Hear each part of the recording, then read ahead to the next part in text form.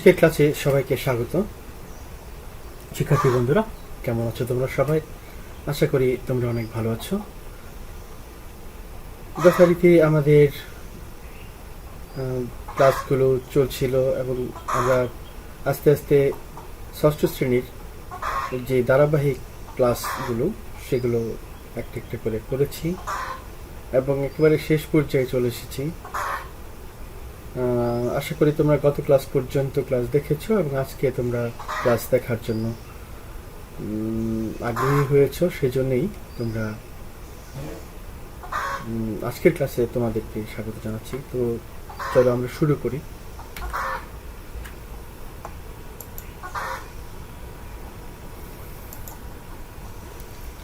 ছবিতে কতগুলো ছবি আছে সেই ছবিগুলো লক্ষ্য করো। এখানে যেমন ক্রোম, ফায়ারফক্স, ইন্টারনেট এক্সপ্লোরার, তারপরে কনকোয়ারার, অপেরা, সাফারি, এগুলো আসলে কি? তোমাদের যাদের বাড়িতে স্মার্টফোন আছে তারা অবশ্যই এগুলোকে চিনে থাকবে। তোমাদের অ্যান্ড্রয়েড ফোনে এগুলো থাকে, ক্রোম থাকে, ফায়ারফক্স থাকে, বিশেষ করে ক্রোমটা থাকে, অপেরাও থাকে অনেক সময়। এইগুলো কি আসলে? এগুলোকে একটা বিশেষ নামে ডাকা হয়। এই বিশেষ নামটা হচ্ছে ওয়েব ব্রাউজার। তো আজকে আমাদের ক্লাসের বিষয় হচ্ছে ওয়েব ব্রাউজার। তাহলে চলো আমরা ওয়েব ব্রাউজার সম্পর্কে কি শিখবো সেটা জেনে নিই।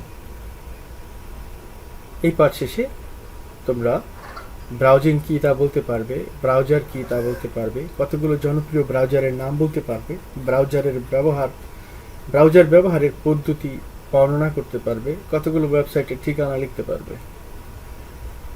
ব্রাউজিং, আমরা ব্রাউজিং বলতে মূলত ইন্টারনেট ব্রাউজিং বলি। আর ইন্টারনেট হচ্ছে বিশাল তথ্য ভাণ্ডার। সেখানে আমরা একটা ওয়েবসাইট থেকে আরেকটি ওয়েবসাইটে এভাবে ভ্রমণ করতে থাকি, একটা জায়গা থেকে আরেকটা জায়গায় যেতে থাকি। এই যে এক জায়গা থেকে আরেক জায়গায়, একটি ওয়েবসাইট থেকে আরেকটা ওয়েবসাইটে যাওয়া এবং তথ্য সংগ্রহ করা এবং বিভিন্ন ওয়েবসাইট দেখা ও তথ্য সংগ্রহ করা, এইটাকে বলা হয় ব্রাউজিং। এটাকে যদি আমরা একটু তোমাদেরকে যদি আমি বুঝিয়ে দিতে চাই তাহলে তোমরা খুব সহজে এটা বুঝতে পারবে। যেমন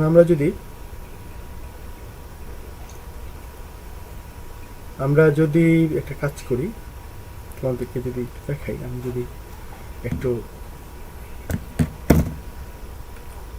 তোমাদেরকে দেখাতে চাই তাহলে তোমরা বুঝতে পারবে যে নেট ব্রাউজিংটা আসলে কি।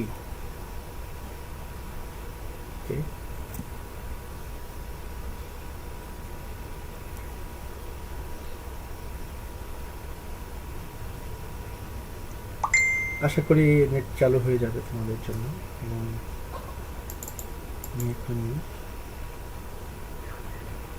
ওকে,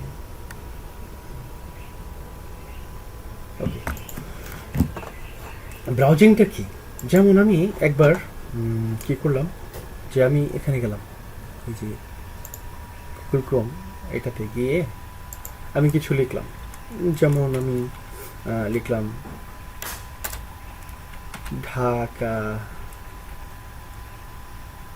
ঢাকা লেখার সাথে সাথে অনেকগুলো চলে এসেছে। এখান থেকে আমি অনেক কিছু খুঁজে বের করতে পারি।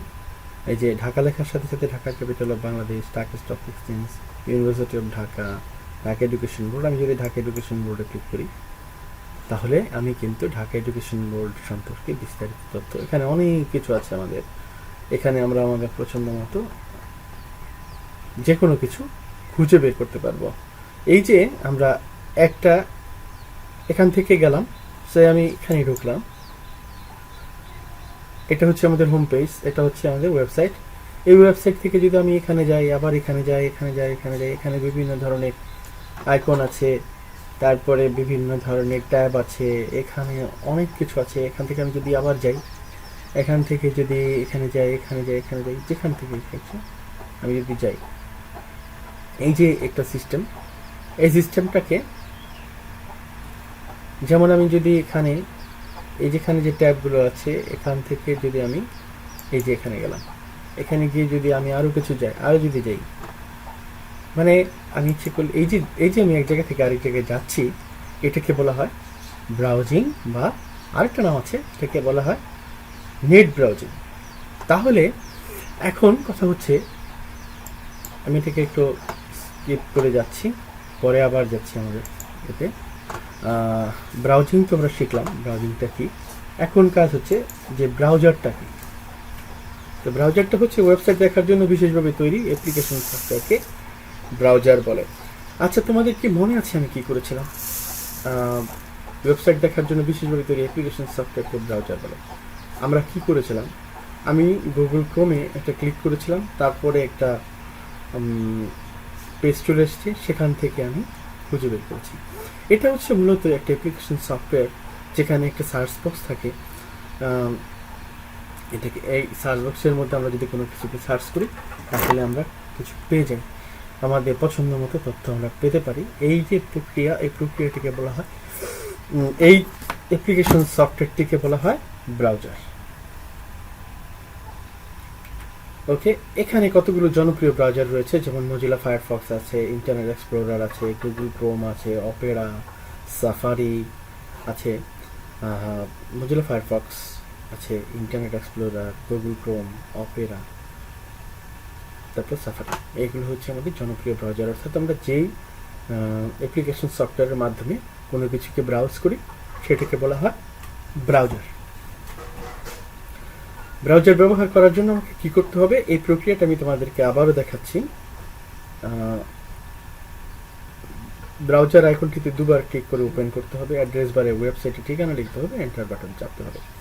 এখন আমি দেখাচ্ছি। ওকে, এটাকে ক্লোজ করে দিই। আমি এখানে আছে, অথবা এখানে আমার আছে, আমরা এক এক সময় এক এক জায়গায় রাখতে পারি। যেমন স্টার্টে আমি রাখতে পারি আমার স্টার্ট মেনু থেকে আমি বের করে ফেলার জন্য, যেমন ফায়ারফক্স এখানে আছে, অথবা গুগল ক্রোম। আমি গুগল ক্রোমটাকে ব্যবহার করছি। এখানে দুবার ক্লিক করি লেফট বাটন দিয়ে, অথবা একবার ক্লিক করলে হবে। ওকে, ওকে, এখানে আমি লিখব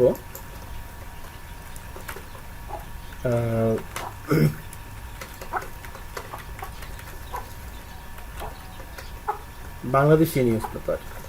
আমি জাস্ট এটা লেখার সাথে সাথে এখানে এই যে বারটা আছে, এখানে জাস্ট আমি যা লিখবো সে সম্পর্কে তথ্য চলে আসবে। ওকে, এটাতে ক্লিক করি। এটাকে আমি প্রথমে ক্লিক করলাম, এটাকে আমি ক্লিক করলাম। ক্লিক করার ফলে আমার সামনে একটা পেজ চলে এসছে। এটা হচ্ছে আমার অ্যাড্রেস বার। অ্যাড্রেস বারে আমি লিখবো আমার প্রয়োজন মতো কোনো একটা লেখা, আমি যে সম্পর্কে তথ্য জানতে চাই সেই ঠিকানাটাকে লিখবো, অথবা অ্যাড্রেস বারে আমি আমার প্রয়োজন মতো আমি কোনো কিছুকে লিখতে চাই যেটা সম্পর্কে আমি জানতে চাই। আমি যদি লিখি www.porjoton.gov.bd, এই যে আমি পর্যটন লেখার সাথে সাথে আমার এটা চলে এসছে porjoton.gov.bd। এখন আমার বাংলাদেশ পর্যটন কর্পোরেশনের ওয়েবসাইটটি চলে এসেছে, এবং এখান থেকে আমি এই যে পর্যটনের আকর্ষণ, এখান থেকে আমি আমার ঐতিহাসিক স্থানসমূহ জানতে পারবো। বাংলাদেশের পর্যটনীয় আকর্ষণের কেন্দ্রবিন্দু যেখানে আছে সেগুলো আমরা জানতে পারবো। তারপরে এখানে কি কি হোটেল আছে সেগুলো জানতে পারবো। এখানে গ্যালারিতে আলোকচিত্র থাকে, ভিডিও চিত্র সম্পর্কে আমরা জানতে পারবো। এখান থেকে পর্যটন আকর্ষণের জায়গায় যদি যাই, সেখান থেকে যদি আমি ওকে, আমার খুব ইচ্ছে হলো যে আমি সেন্ট মার্টিন দ্বীপ সম্পর্কে জানতে চাই। তো এটাতে ক্লিক করলাম, আমার সেন্ট মার্টিন দ্বীপ সম্পর্কে প্রয়োজনীয় লেখা চলে এসেছে, তারপরে ছবি চলে এসেছে।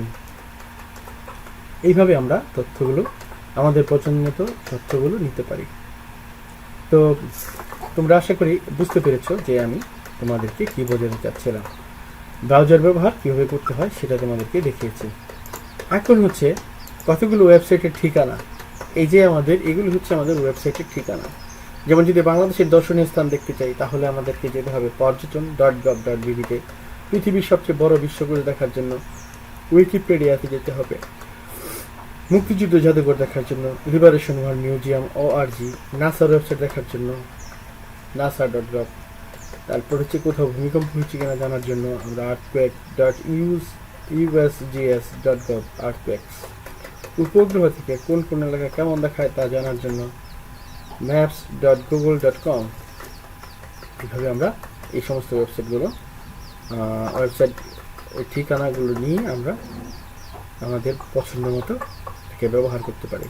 ওকে, একক কাজ ব্রাউজিং কাকে বলে, জোড়ায় কাজ ব্রাউজার কাকে বলে, দলগত কাজ ওয়েবসাইট থেকে বাংলাদেশের 10টি দর্শনীয় স্থানের নাম খুঁজে বের করা, নাসার ওয়েবসাইট থেকে 7টি গ্রহের ছবি খুঁজে বের করা, তোমার উপজেলার ম্যাপটি খুঁজে বের করা। তো তোমরা যদি খুব সহজে এটা কিন্তু তোমাদের মোবাইল দিয়ে এটা করা সম্ভব। জাস্ট তোমরা তোমাদের গুগল ক্রোমে অথবা তোমাদের যে ব্রাউজার আছে সেই ব্রাউজারে যাবে, তারপর এখান থেকে তোমাদের পছন্দ মতো দর্শনীয় স্থান খুঁজে বের করার জন্য আমাদের যেতে হবে পর্যটন। আবার নাসার ওয়েবসাইটে যেতে হবে 7টি গ্রহের খুঁজে বের করার জন্য, আর উপজেলায় যেতে হবে, উপজেলার ম্যাপটি খুঁজে বের করার জন্য আমাদেরকে যেতে হবে গুগল ম্যাপস। ওকে, মূল্যায়ন ব্রাউজ করার জন্য কোন দুটি জিনিসের দরকার, কোনটিকে কাল্পনিক জগৎ বলা হয়, কয়েকটি ব্রাউজারের নাম বলা।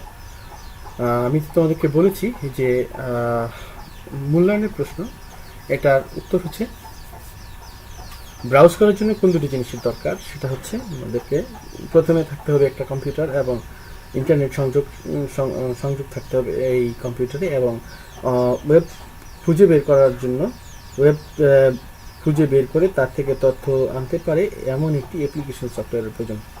কোনটিকে কাল্পনিক জগৎ বলা হয়? কাল্পনিক জগৎ হচ্ছে ইন্টারনেটের জগৎ, ইন্টারনেটের কাল্পনিক জগৎ যেখানে একটি ওয়েবসাইট থেকে আরেকটি ওয়েবসাইটে ঘুরে বেড়ানো যায়, এটাকে তাই এই ঘুরে বেড়ানোকে বলা হয় ব্রাউজিং। কয়েকটি ব্রাউজারের নাম বলো, তোমাদেরকে এখানে আমি তোমাদেরকে দেখিয়েছি কয়েকটি ব্রাউজারের নাম, এই যে এখানে কয়েকটি ব্রাউজারের নাম তোমাদেরকে দেখিয়েছি।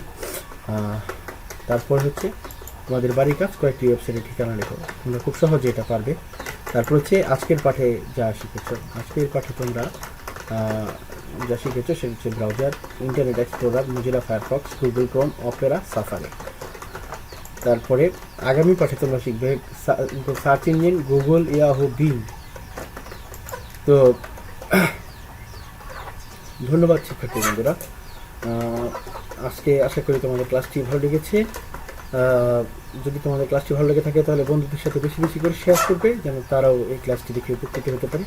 তোমাদের সুন্দর ও মঙ্গলময় জীবন কামনা করে আজকের মতো ক্লাস শেষ করতে যাচ্ছি। আল্লাহ হাফেজ।